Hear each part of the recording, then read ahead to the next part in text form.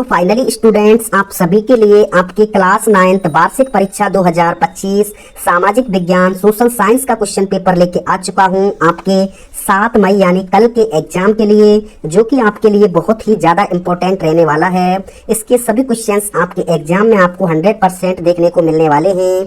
तो जल्दी से इसके सभी क्वेश्चंस को अपनी कॉपी पर नोट कर लीजिए। इनके आंसर्स भी मैं आपको साथ ही साथ बता रहा हूँ। अगर इसके सभी क्वेश्चंस को आप तैयार कर लेते हैं तो आपके सामाजिक विज्ञान में बहुत ही अच्छे नंबर आने वाले हैं। तो चलिए स्टूडेंट्स, वीडियो को स्टार्ट करते हैं। और चैनल पर नए हैं तो चैनल को सब्सक्राइब जरूर कर लेना नेक्स्ट पेपर के लिए।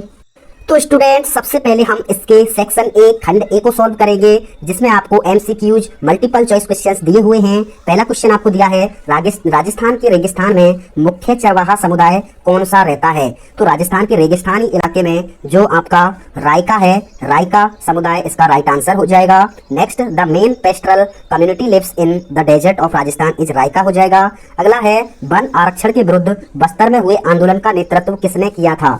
तो इसमें गुंडाधुर ऑप्शन सी इसका राइट आंसर हो जाएगा। Reservation lead the movement in Bastar against, तो इसमें ऑप्शन सी हो जाएगा। अगला क्वेश्चन आपको भारत में श्वेत क्रांति का संबंध किससे है। तो इसमें दुग्ध उत्पादन option C, milk production is correct answer हो जाएगा। What was the white revolution in India related to, तो इसमें ऑप्शन सी हो जाएगा। अगला है, भारत में सबसे पहली जनगणना कब की गई थी। तो where was the first census conducted in India, तो पहली जो जनगणना है वो 1872 में की गई थी। तो ऑप्शन बी इसका राइट आंसर हो जाएगा। सिमलीपाल पंजाब जीव मंडल निचय कौन से राज्य में स्थित है, यानी in which state the Similipal biosphere reserve located. तो इसमें इसका जो राइट आंसर है वो उड़ीसा हो जाएगा। उड़ीसा सी ऑप्शन इसका राइट आंसर हो जाएगा। अगला क्वेश्चन आपको दिया हुआ है कि भारतीय संविधान में इनमें से कौन सा अधिकार देता है। तो भारत का संविधान कौन सा अधिकार देता है। तो अपनी संस्कृति की रक्षा का अधिकार, ऑप्शन सी इसका राइट आंसर हो जाएगा। Which of the following rights given in the constitution, Indian constitution, option C correct हो जाएगा। नेक्स्ट क्वेश्चन आपको दिया है, निम्न में से कौन सा राजनीतिक कार्यपालिका का हिस्सा है। तो इसमें गृह मंत्री, ऑप्शन सी इसका होम मिनिस्टर राइट आंसर हो जाएगा। इसके बाद नेक्स्ट है, वर्तमान में भारतीय संविधान में कुल कितने मूल अधिकार हैं। तो इसमें वर्तमान में 6 मूल अधिकार हैं। तो ऑप्शन ए इसका करेक्ट आंसर हो जाएगा। नेक्स्ट है आपका, कर्क रेखा किस राज्य से होकर गुजरती है। तो कर्क रेखा आपकी नहीं गुजरती है, तो उड़ीसा से नहीं गुजरती है। तो ऑप्शन बी इसका राइट आंसर हो जाएगा। वर्साय जो संधि है वो कब हुई थी। तो इसका जो राइट आंसर है वो 28 जून 1919 एकदम करेक्ट आंसर हो जाएगा। Was the treaty of Versailles signed, तो इसमें ऑप्शन बी इसका करेक्ट आंसर हो जाएगा। अगला क्वेश्चन है आपका, अंत्योदय अन्न योजना कब शुरू की गई थी। तो 2000 इसका राइट आंसर हो जाएगा। इसके बाद नेक्स्ट है आपका, कच्चा माल व नकद पैसों को क्या कहते हैं। तो इसमें जो आपका स्थायी पूंजी है इसका राइट आंसर हो जाएगा। नेक्स्ट है आपका, कर्क वृत्त के उत्तर स्थित में खाली जगह कटिबंधीय है। तो इसका जो राइट आंसर है वो उष्ण कटिबंधीय करेक्ट आंसर हो जाएगा। भारत के खारे पानी की सबसे बड़ी झील कौन सी है। तो इसमें चिल्का झील इसका करेक्ट आंसर हो जाएगा। नेक्स्ट क्वेश्चन आपको दिया हुआ है, भारत ये हो गया, मासाई में माँ शब्द का अर्थ क्या है। तो मासाई में माँ शब्द का जो अर्थ है वो मेरे लोग है। तो मेरे लोग इसका राइट आंसर हो जाएगा। इंपीरियल फॉरेस्ट रिसर्च इंस्टीट्यूशन कहाँ पर है। तो लखनऊ देहरादून इसका राइट आंसर हो जाएगा। तो देहरादून इसका करेक्ट आंसर हो जाएगा। भारतीय संविधान खाली जगह लागू हुआ, तो कब लागू हुआ था। तो 26 जनवरी 1950 इसका करेक्ट आंसर हो जाएगा। अगला है आपका कि देश में कानून क्रियान्वयन कौन करता है। तो कार्यपालिका इसका लेजिस्लेचर इसका राइट आंसर हो जाएगा। अगला है, बेरोजगारी शब्द की क्या व्याख्या है। तो बेरोजगारी का मतलब होता है कोई व्यक्ति काम करने के लिए तैयार और सक्षम तो है, लेकिन उसे कोई वेतन वाली नौकरी नहीं मिल रही है, यानी उसको कोई रोजगार नहीं मिल रहा है, तो उसको बेरोजगारी कहते हैं। नेक्स्ट है आपका, राष्ट्रीय ग्रामीण गारंटी अधिनियम की मुख्य विशेषता क्या है। तो इसकी विशेषता यह है कि यह अधिनियम प्रत्येक ग्रामीण परिवार के एक सदस्य को एक वर्ष में कम से कम 100 दिनों का रोजगार प्रदान करने की गारंटी देता है।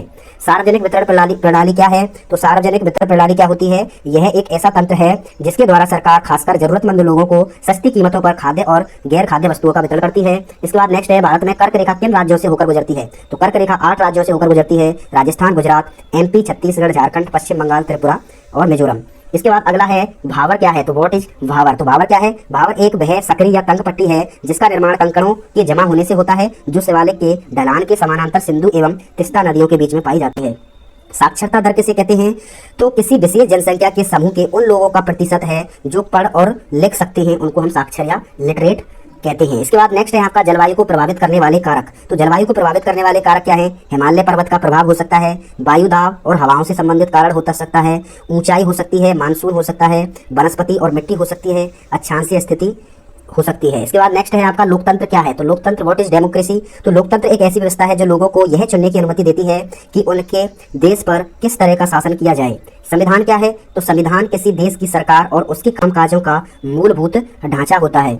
वर्साई संधि की 2 शर्तें बताइए। तो वर्साई संधि के माध्यम से जर्मनी के उपनिवेशों में लगी समस्त जर्मन पूंजी को मित्रों द्वारा जब्त कर लिया गया था। इसके अलावा जर्मनी को इस बात के लिए बाध्य किया गया था कि जर्मनी फ्रांस, इटली और बेल्जियम को एक निश्चित मात्रा में कोयला आपूर्ति सुनिश्चित करेगी। परती भूमि क्या होती है? परती भूमि वह भूमि होती है जिसमें क्या है, बिना खेती के कुछ समय के लिए बिना खेती के लिए उस भूमि को छोड़ दिया जाता है ताकि मिट्टी में पोषक तत्व वापस से आ सके। इसके बाद सरकार बफर स्टॉक क्यों बनाती है? ताकि खाद्य सुरक्षा सुनिश्चित हो सके और कीमतों में उतार चढ़ाव से बचा जा सके। भारत में निर्धनता के प्रमुख कारण क्या हैं? तो निर्धनता का सबसे प्रमुख कारण है जनसंख्या वृद्धि। इसके अलावा शिक्षा का अभाव, ये भी एक सबसे प्रमुख कारण है, शिक्षा का अभाव। बेरोजगारी भी एक प्रमुख कारण है। इसके बाद देखिए नेक्स्ट है आपका सदाबहार पर्णपाती वनों में अंतर बताना है। इसके बाद स्वस्थ जनसंख्या कैसे लाभकारी होती है? तो स्वस्थ जनसंख्या के कारण स्वास्थ्य सेवाओं पर खर्च कम होता है जिससे आर्थिक बचत होती है। इसके अलावा स्वस्थ जनसंख्या सामाजिक और आर्थिक विकास के लिए महत्वपूर्ण योगदान देती है। अगला है पूर्वी घाटी व पश्चिमी घाटी में अंतर बताना है। जैसे पूर्वी घाटी क्या है, तट के समांतर होती है, जबकि भारत के जो पश्चिमी घाटी है वो पश्चिमी घाटी के समांतर होती है। और ऐसे आप लिख सकते हैं। अगला है भारत में स्वतंत्र व निष्पक्ष चुनावों के समकक्ष कौन कौन सी चुनौतियां आती हैं? तो 3 चुनौतियां आपको लिखनी है, तो ये आप अपनी बुक से देख सकते हैं। कोसोवो में जातीय नरसंहार को आपको बताना है। कोसोवो युद्ध जो है, कई दंगे हुए थे इसमें, जो कि 2 मार्च 2004 के आसपास हिंसा बढ़ गई थी, जिसमें 30 से ज़्यादा लोगों की जान चली गई थी और लगभग 4000 लोग विस्थापित हो गए थे। उदारवाद क्या है? तो उदारवाद आपको बताना है। उदारवाद क्या होता है? उदारवाद एक ऐसी विचारधारा है जो व्यक्ति की स्वतंत्रता, समानता और व्यक्तिगत अधिकारों की महत्वपूर्ण मानती है। इसके बाद वन क्षेत्र को बढ़ावा क्यों देना चाहिए? मौसमी भुखमरी व दीर्घकालिक भुखमरी में अंतर बताइए। नेक्स्ट क्वेश्चन है आपका दीर्घ लघुत्तरात्मक क्वेश्चन, जो कि आपको बड़े क्वेश्चन है। पहला इसमें है बस्तर व जावा के औपनिवेशिक वन प्रबंधन से क्या तात्पर्य है? यानी what happened in colonial management of Bastar and Java. इसके बाद मूल अधिकारों का विस्तार से वर्णन करना है। नेक्स्ट है आपका टिप्पणी लिखनी है, निर्गत कीमत यानी आउटपुट कॉस्ट और न्यूनतम कीमत यानी मिनिमम डेडिकेशन प्राइस। इसके बाद जनसंख्या वृद्धि क्या है और इसके महत्वपूर्ण घटकों को आपको एक्सप्लेन करना है। नेक्स्ट आपको सेक्शन डी दिया हुआ है जिसमें मासाई समुदाय के चरगाह उससे क्यों छिन गए थे, ये आपको व्याख्या करनी है।